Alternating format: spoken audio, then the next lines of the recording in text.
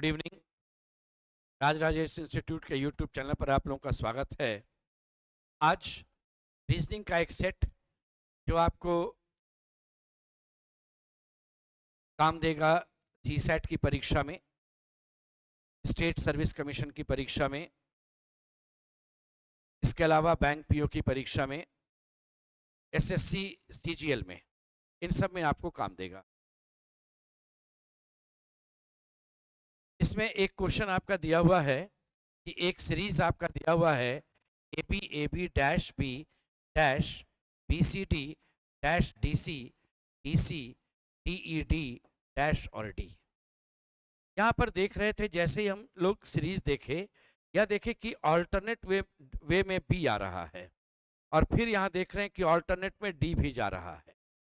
तो B alternate में गया है 1 2 3 4 बार और डी की बारी 1 2 3 4 5 6 बार।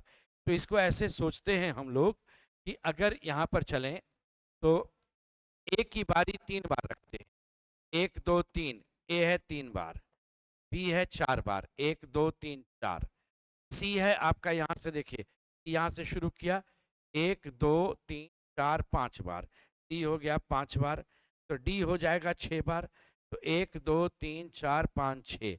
ई यहाँ से शुरू किया था, ये आगे चलेगा तो डी हो गया 6 बार, आगे बढ़े होते तो ई जाता 7 बार।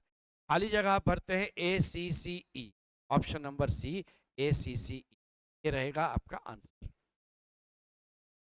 इसमें कहा गया कि माना A3BC और DE2F 4 अंकों की संख्या है जहां प्रत्येक वर्ण 3 से बड़े हैं। इसका मतलब ABCDEF इन सब का जो वैल्यू होगा वो 3 से बड़ा होना चाहिए।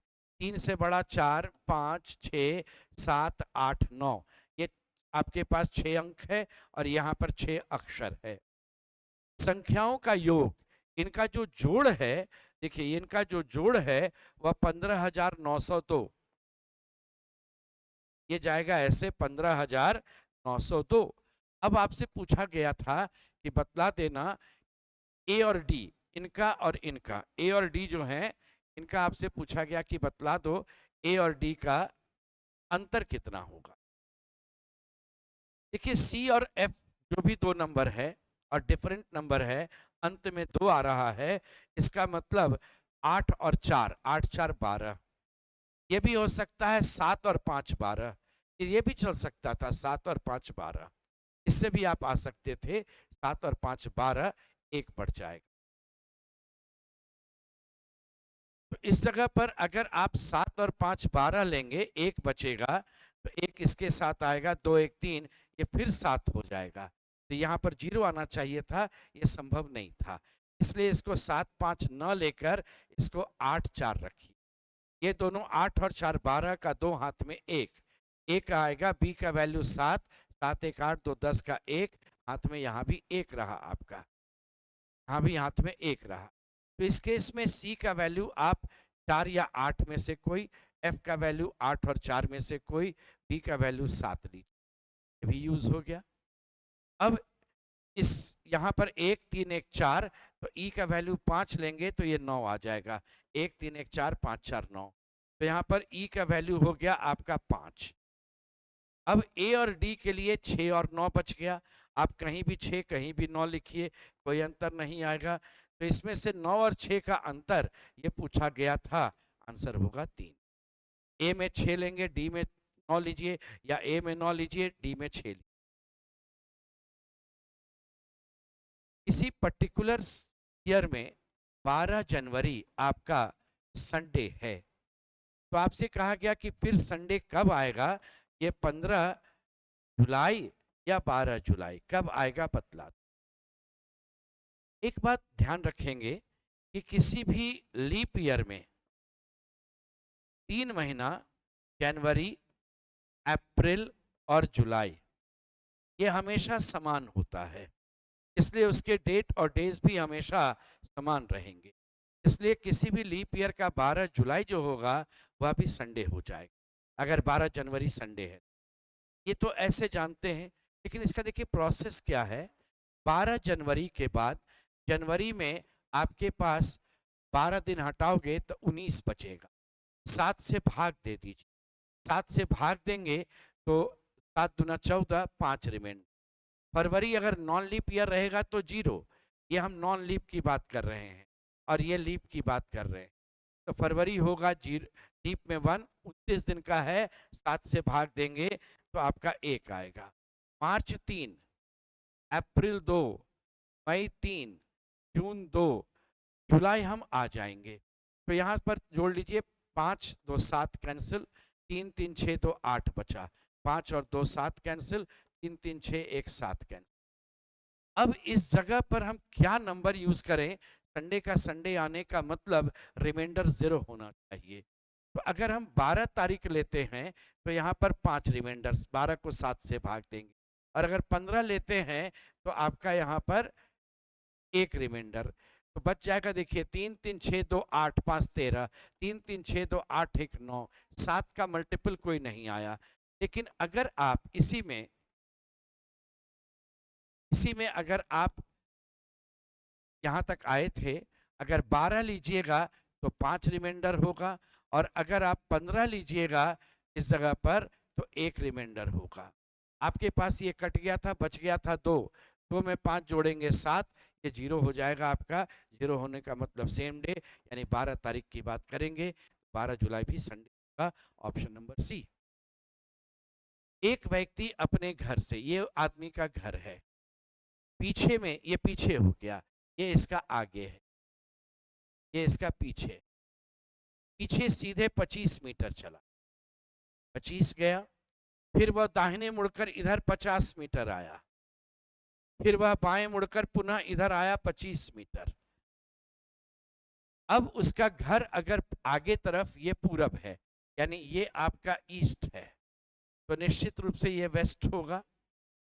आपका इधर ईस्ट है, ये वेस्ट है, तो नॉर्थ हो जाएगा इधर, तो ये साउथ हो जाएगा, NESW ये हो जाएगा। तो इसमें क्वेश्चन कहा गया कि वह अपने प्रारंभिक बिंदु से किस दिशा में, तो प्रारंभिक बिंदु से नॉर्थ और वेस्ट के बीच में, ये आंसर उत्तर पश्चिम, ये नॉर्थ वेस्ट हो जाएगा। इसमें एक स्टेटमेंट कहा गया ऑल कैट्स आर डॉग्स, और दूसरा कहा गया ऑल कैट्स आर ब्लैक। ये तो ऑल डॉग्स आर ब्लैक नहीं होगा, सम डॉग्स आर ब्लैक, इसलिए गलत। Some dogs are not black, ये भी नहीं हो सकता है।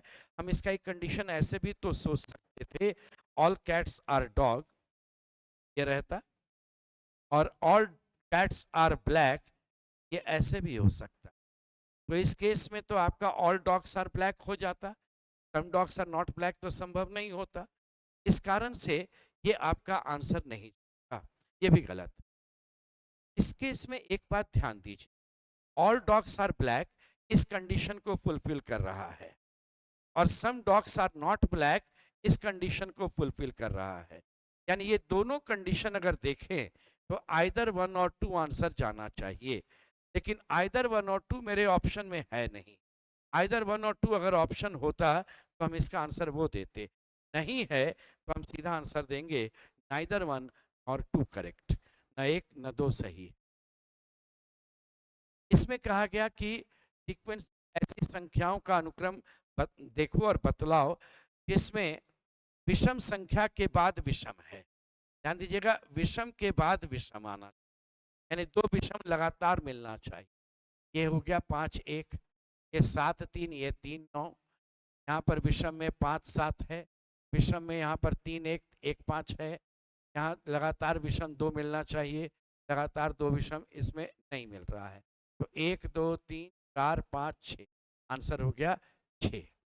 तो ऐसा 6 विषम संख्या है जिसके बाद विषम संख्या है। लड़कों की एक पंक्ति में ए बाएं छोर से 16 नंबर, इस तरफ से 15 के बाद एक 16, जी ए के दाईं ओर 11 है, जी इधर है 11, यानी दाईं ओर 11वें स्थान पर, तो 10 के बाद एक 11 होगा। और ये भी कहा गया वी से तीसरे स्थान पर दाहिने छोर की ओर है, तो ये वी से दाहिने तरफ तीसरे स्थान पर, तो बीच में 2 आदमी आ, तो तो 10 में 2 1 3, इधर 7 हो गया।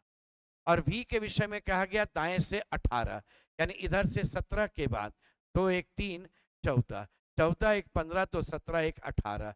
अब देख लीजिए इधर से ये 18 हो गया और इस तरफ से ये 16 हो गया। 18 16 34 और बीच में इन दोनों के 7 आदमी, 34 7 21, आंसर 41 हो जाए। इधर से ये 16 है, इधर से ये 18 है, दोनों के बीच में 7 है, तो 18 16 34 और 7 40।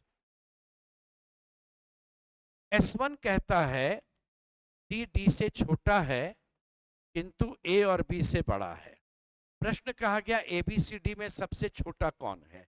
इसमें ए और बी में कौन छोटा है नहीं पता चल पाया, लेकिन सी और डी नहीं है, यह कंफर्म है। S2 देखिए क्या कहता है, डी सबसे बड़ा है, यानी ये सबसे ऊपर है। इस केस में ए बी सी में कौन नीचे है नहीं पता चला। S3 कहता है देखिए ए बी से बड़ा है, ए बी से बड़ा। अगर मैं S1 और S3 को मिला देता हूं, देखिए S1 और S3 को मिला देंगे तो डी सी ए के बाद बी आ जाएगा, कंफर्म सबसे छोटा बी हो जाए। तो इस केस में S1 और S3, option number D correct होगा, मिला करके आंसर सफिशिएंट है। एक परिवार की 2 पीढ़ियों के 6 सदस्य PQRSTU में 3 पुरुष और 3 महिलाएं हैं। उनमें 2 विवाहित युगल है और 2 विवाहित अविवाहित सहोदर भी हैं। तो इस केस में यू पी की पुत्री है, देखिए यू है, यू पी की पुत्री है तो यू फीमेल है, ये पी की पुत्री है तो पी ऊपर वाले जनरेशन में, ये मेल या फीमेल नहीं मालूम। लेकिन एक और भी चीज है, क्यू आर की सास है। क्यू अगर सास है तो क्यू यहाँ पर फीमेल हो जाएगी, पी मेल हो जाएगा। ये आर की सास है तो ये एक मैरिड कपल यहाँ भी हो जाएगा। अब यहाँ पर मेल या फीमेल अभी नहीं मालूम। फिर इसके बाद इंफॉर्मेशन है टी अविवाहित पुरुष है, तो ये तो विवाहित वाली बात होगी। टी विवाहित अविवाहित है, ये ध्यान दीजिएगा अनमैरिड हो गया, अनमैरिड मेल है, ये अविवाहित पुरुष है। 3 पुरुष और 3 महिलाएं हैं, ये भी मेंशन है। और एस एक पुरुष है, तो एस तो इसी घर में लिखाएगा, एक पुरुष है तो 1 2 3 पुरुष हो गया, ये 3 महिलाएं हो। अब प्रश्न है क्या सही है बतला दो। आर यू का पति है, नहीं, आर एस की पत्नी है। आर तो यू के भाई की पत्नी है, भाभी है, गलत है।